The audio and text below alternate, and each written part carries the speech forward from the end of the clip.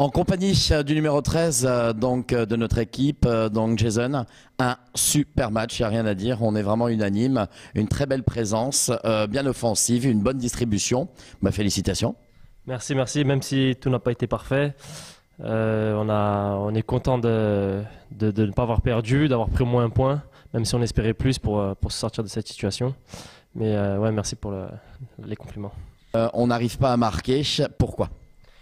C'est qu'en première mi-temps, on a beaucoup pressé, on a beaucoup fait d'efforts. Terrain un peu difficile pour pratiquer un beau football.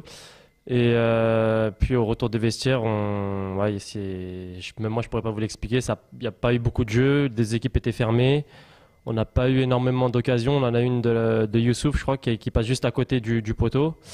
Sinon même eux, à part ça, il n'y a pas eu grand chose, mais ouais, c'est dommage de ne pas avoir un peu joué au foot. Un peu mieux joué pardon, pour essayer d'avoir plus d'occasions. Ouais. Voilà, donc un déplacement à Fleury-Mérogis la semaine prochaine. La semaine d'après, la réserve de Reims et encore un match important avec Arras. Donc voilà, c'est des matchs un peu capitaux. Qu'est-ce que vous en pensez, Jason ? De toute façon, là, jusqu'à la fin de l'année, je pense que tous les matchs vont être importants pour le maintien. Après, vous avez parlé de Fleury, on les a battus à l'aller. Il y avait un peu de tension entre les deux équipes, donc je pense que... Bon, après, ça s'est bien fini pour nous, mais je pense que là-bas, ils vont avoir envie de nous rentrer dedans, de gagner le match. Après, Reims c'est une réserve. On sait que les réserves aiment bien avoir le ballon. Du coup, on va beaucoup courir derrière, il va falloir faire beaucoup d'efforts.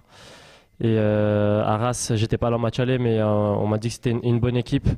Il va falloir gratter le plus de points possible sur ces 3 matchs pour vite se recoller vers le haut du classement et se maintenir le plus rapidement possible.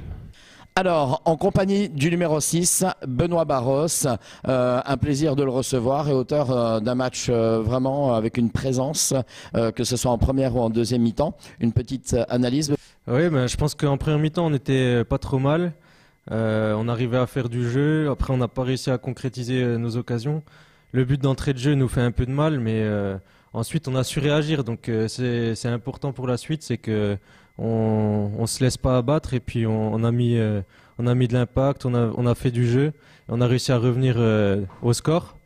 Et après en deuxième mi-temps, je pense que le rythme a un peu baissé, il y avait plus de duels, ça jouait un peu plus vers l'avant, plus directement et du coup c'était plus compliqué, on avait un peu moins de jus et ça s'est fini sur un match nul assez logique. Oui, match nul assez logique et derrière quelque chose d'assez physique parce qu'en face de beaux spécimens. Hein. Ouais, il y a de belles bêtes.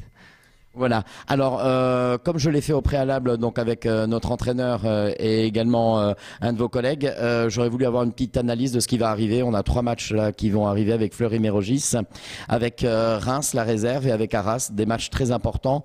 Qu'est-ce que vous pourriez dire par rapport à ça ? Déjà, ce soir, c'est bien de ne pas les avoir laissés passer devant nous. Donc, avec un nul, ils restent quand même derrière nous. Et les 3 matchs qui arrivent vont être super importants pour justement laisser les autres derrière nous. Parce que oui, l'objectif, c'est le maintien. Et on va essayer de prendre des points contre ces 3 équipes et pouvoir regarder un peu plus vers le haut du tableau après. Voilà, en présence d'Anthony Accard, l'entraîneur de notre équipe Fagnan, pour une 18e journée. Hein, c'était un match qui avait été annulé pour intempéries. C'était un match en retard. Ouais, c'était un match en retard. On a mis aujourd'hui à jour le calendrier. Il y a des autres matchs qui jouent aussi ce soir. Donc dès ce soir, le calendrier sera à jour et puis on pourra se projeter sur les 10 derniers matchs. Alors, on a vu plein de belles choses. Franchement, une première mi-temps, on a tendance à dire qu'on a marqué 2 buts, hein, alors que c'est 1-1. Mais bon, sincèrement, une première mi-temps, ou alors on a vu, mais vraiment c'était magnifique.